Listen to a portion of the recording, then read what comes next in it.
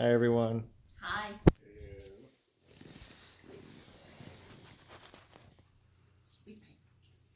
Okay, so everyone, my name's Alex Abel again. Doing a speech on some PTSD and first responders.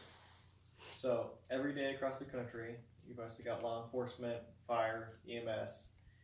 Um, they always go to some of the worst scenes, some of the most graphic stuff.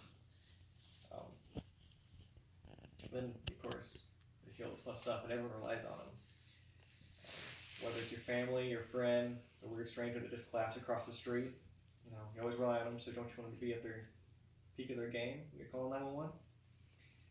So obviously, PTSD is a big issue among them, and it's a very stigmatized issue, kind of shoved under the rug, so to speak. Credibility, going on 3 years as both a firefighter and a paramedic. Had quite a few friends experience this, quite a few coworkers, all that fun stuff. And it's just something that I think needs more awareness among not only each other, but also random civilians that don't quite know. Moving on to my first point. It's a very stigmatized and underreported issue. So according to a poll and kind of paper thing reported by the University of Phoenix, they asked 2,000 first responders from the different types if they've ever been to an issue that they would consider tragic. Out of that, 84% said they had. Yet, out of the 84% that said they had, 39% said they were too scared to talk about it because their boss would pass them over for for promotions, or just straight up fire them.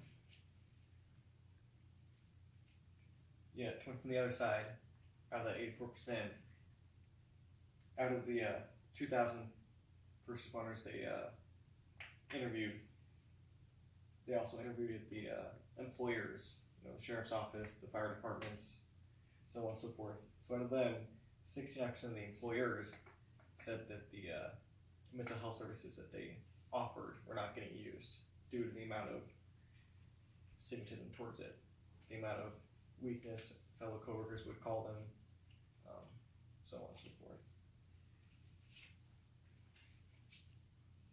So moving on to it, what is PTSD? So in a normal person, they experience a tragic event. For a short time, you'll relive it, you'll have all that fun stuff. But PTSD really starts to develop when you keep having reoccurring experiences reliving it.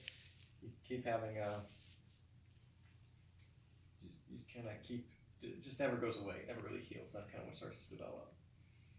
Some of the signs, symptoms, nightmares, avoidance of certain areas that remind you of things, certain people, sleep terrors, cold sweats, that fun stuff. So some of the good treatments for it, or how they normally treat people. Therapy is probably the most common and long-term solution. They have you talk about it. The more you talk about it, the more they try and get you to kind of take control of that, so you aren't so scared of the situations you're put in. For short-term, they do medications, mostly anti-anxiety and sleeping pills to help sleep at night. The kind of first responder only thing is a thing called critical stress debriefing, or critical incident management debriefing, different names. It's just kind of like one big group therapy right after the scenario.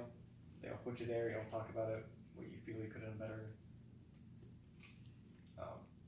It's very controversial. Most studies show that it doesn't help, but it also doesn't hinder, so it still kind of goes on. The British military actually did a short study on it with 106 soldiers from peacekeeping missions. They didn't give specific numbers, but they did notice that on follow-up visits, PTSD was lower in the 106 that took part in the critical incident debriefing. So it's kind of leaning in the direction that it actually does help. And in wrapping up, I hope you all learned something new about it. Not many people know that much. And then, while it's not solely, obviously, a first responder issue, anybody can get it. Anybody that's in a car crash, watch a family member die, just anything.